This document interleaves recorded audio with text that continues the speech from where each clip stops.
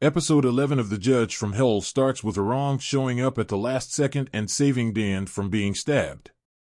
Bitna conjures her blade and properly kills Paimon, sending him back to hell. Does this count toward her kill tally? I guess not. Mando and the Hell cleanup crew show up, but Bitna simply slaps Aram, who reveals that she's Venato but will keep calling her Aram here, several times. Aram warns Bitna that she's going to die because of Dan if she's not careful. Bitna heads off to the abandoned lot and, in particular, to the pentagram.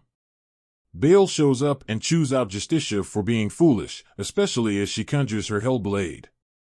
He shows off his powers, just like he did in Episode 1, and decides that she's going to remain on Earth as a mortal and with her powers taken away from her. And just like that, he has the power to render her no longer Justicia.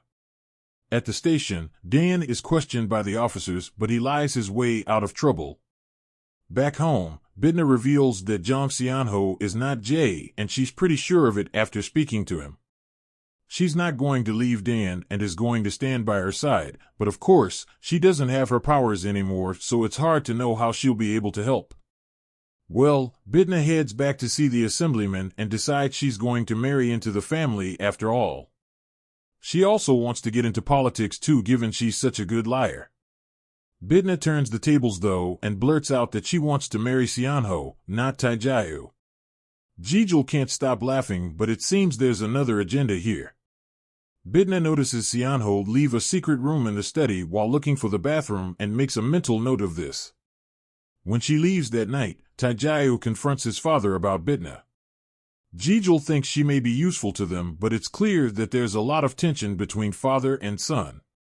At the station, things are still frosty between Yunsiap and Dan, despite the latter trying to apologize for his actions.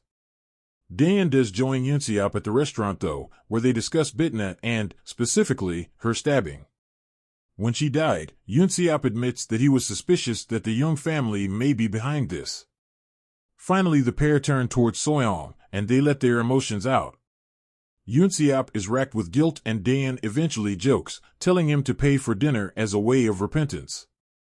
After these two have patched up their issues, Yunsiap gives Dan a crucial clue. He's to meet with Professor Lee Jaihai at Yanxian Hospital. You see, this is the woman who actually treated Bitna after her stabbing. Myeongsuk is conflicted over serial killer Jay resurfacing and wails at the church, unhappy that she's being tortured in this manner.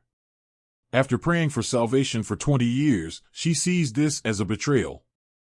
Outside though, she collapses on the floor, right as Bitna shows. She helps Myeongsuk back home, but the sound of rain falling jogs her memory. Myeongsuk recounts how a man carrying a white rose was in the alleyway after killing her son. She tried to wrestle with him but lost her chance and he slipped away.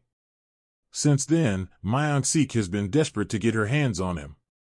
She initially wanted to try to understand and maybe even forgive him, but she's frustrated and angry.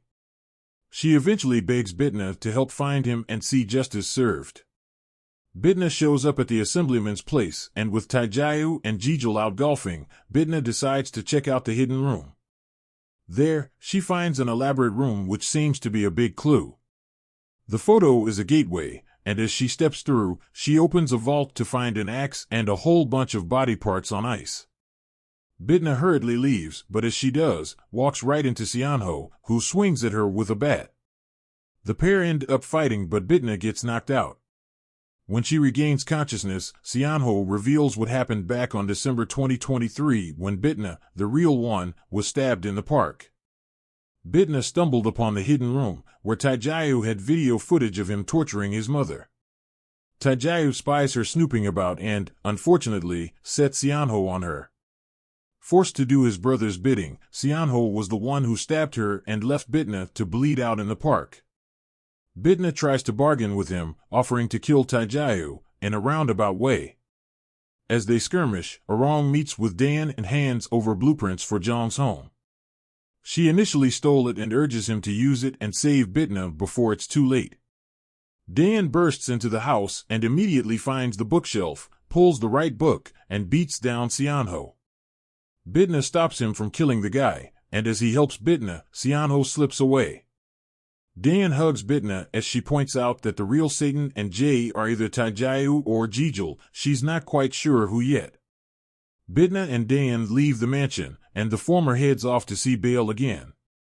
Bitna reveals that she's found Satan and wants her powers back in order to deal with Satan once and for all. Given Justicia is his only heir, he warns her and she vows not to disappoint him. And just like that, he returns her powers to her. Xianho hides out at a motel, where Bitna finds him and takes him out into the middle of nowhere. She burns the car he's in and lets it explode, but she doesn't send him to hell with her blade for reasons. The Judge from Hell has been a little slow and messy since it ditched the case of the week format, and this episode really exemplifies the worst elements of that. This episode decides to use a contrived narrative device of having Bitna lose her powers just to put her in danger from Xianho and have Dan save her. I understand Dan has the blueprints for the mansion, but you're telling me he just easily broke in and there's no security for this place at all? As for Bitna, she loses her demonic powers, but she still can't touch a Bible? How does her losing powers actually work? And why is she not in court anymore doing trials?